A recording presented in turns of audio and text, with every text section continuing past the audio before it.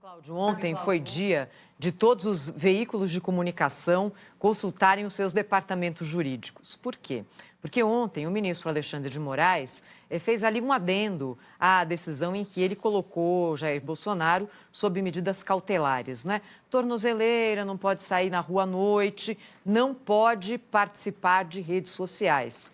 E aí ontem o ministro Alexandre de Moraes veio a público e colocou ali o seguinte na sua decisão, esclarecendo mais ou menos, dizendo assim, olha, essa decisão, essa proibição de redes sociais se refere às redes sociais do próprio implicado, no caso Jair Bolsonaro, e à participação dele também em redes sociais de terceiros e eventuais entrevistas que sejam transmitidas pelas redes sociais. E aí nós, jornalistas, recebemos isso e falamos, e agora?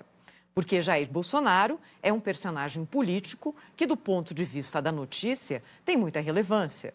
Agora, uma entrevista feita com Jair Bolsonaro, por exemplo, aqui no Jornal Gente, na Rádio Bandeirantes, na Band News TV, que também é retransmitida em redes sociais, pode ou não pode, ministro? Essa é a dúvida. E os departamentos jurídicos se deparando com uma situação absolutamente inusitada que pode significar a proibição de que um personagem político seja entrevistado antes da gente saber o que ele vai dizer ou o que ele não vai dizer. Está tudo muito estranho, a gente passa agora por esse terreno aqui quase que pantanoso.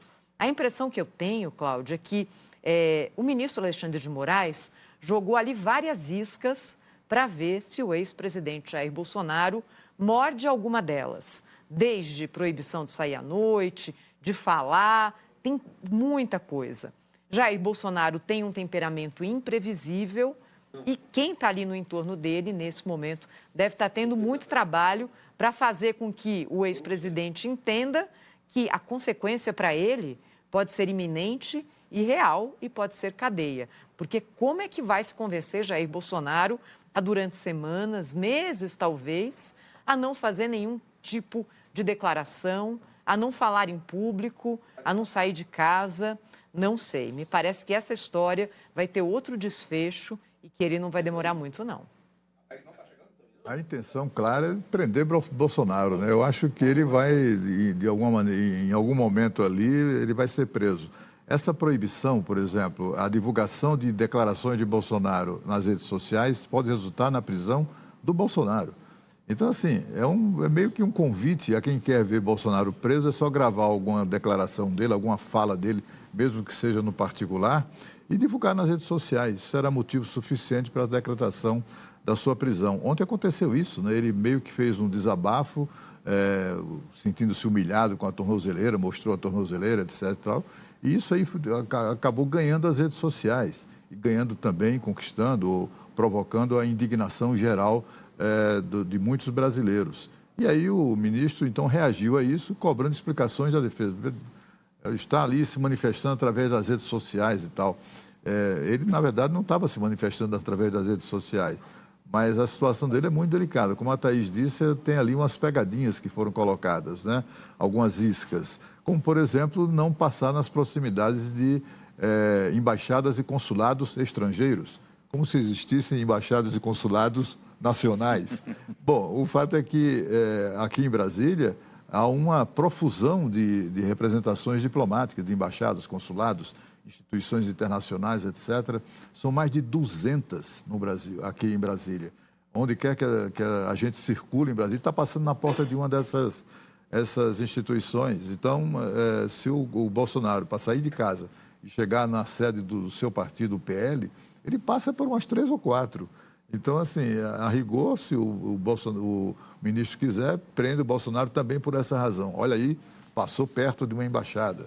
Enfim, eu tenho absoluta convicção, aqui em Brasília isso é voz corrente, de que tudo está sendo construído, digamos assim, um clima criado, uma expectativa gerada exatamente para que, quando a prisão ocorrer, ninguém se surpreende. A assessoria do ex-presidente Jair Bolsonaro diz que hoje ele não irá à Câmara por recomendação dos advogados para não atrapalhar na defesa do ex-presidente. Agora sabe-se lá, né? A gente vai saber ao longo do dia se ele vai ou não acolher essa recomendação dos seus advogados. Provavelmente vai, né, Thaís? Até porque os advogados devem ter alertado sobre esse risco de prisão. Agora, mais importante do que discutir isso e discutir o real efeito, é a gente discutir o momento que passa um investigado. Nós já tivemos outros investigados, outros ex-presidentes da República até, que tiveram investigados e tiveram tratamentos que também foram questionados, tratamentos que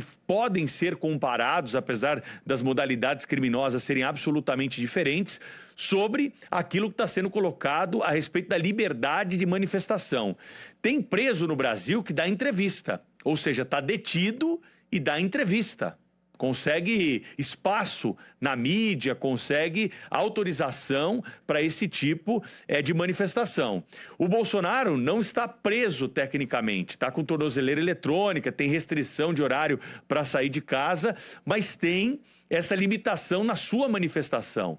E nós devemos lembrar, e aqui na Rádio Bandeirantes nós abrimos espaço, assim como estamos abrindo espaço para todos os lados, inclusive para a defesa do presidente Lula, que era feita na época pelo atual ministro do Supremo, Cristiano Zanin, que batia na tecla e teve todas as oportunidades aqui para dizer que havia uma perseguição em relação a Lula, né? E ele teve essa oportunidade de manifestar a sua opinião sobre o processo. Uma coisa é você contrariar uma determinação judicial, você se furtar a decisão judicial. A outra coisa é você criticar essa decisão judicial com fundamentos na interpretação da legislação. Afinal de contas, a lei está colocada e hoje ela está sendo interpretada de maneiras diversas, dependendo da capa do processo. E é isso que nós precisamos ficar atento, porque o Estado Democrático de Direito e a estátua da Justiça que está lá na Praça dos Três Poderes, que eu mencionei agora há pouco, ela justamente tem uma venda nos olhos que é para não ver a capa do processo. Então, estou mais preocupado com outros episódios dessa estátua da Justiça do que a simbologia que ela tem justamente de trazer um julgamento justo, sem paixão e com a letra fria da lei que está faltando bastante nas ações recentes da Justiça brasileira. Pedro, lembrando que o ministro Cristiano Zanin, quando era advogado do presidente Lula, ele considerou que que o presidente Lula, quando se tentava negociar a soltura do presidente, estava preso, né, por corrupção e lavagem de dinheiro, o então advogado do presidente, que era o Zanin, ele disse que o Lula poderia se recusar a usar a tornozeleira eletrônica por considerar isso humilhante para um ex-presidente da República, etc. Mas agora ele mudou de ideia, né? Agora ele tem apoiado essa medida do ministro Alexandre de Moraes. O próprio presidente Lula, você mencionou que há detentos, há presidiários que concedem entrevistas. O presidente Lula cumpria pena de prisão e concedia entrevistas sem nenhum problema. O pessoal da Lava Jato nunca impediu que nenhum preso da Lava Jato concedesse entrevista.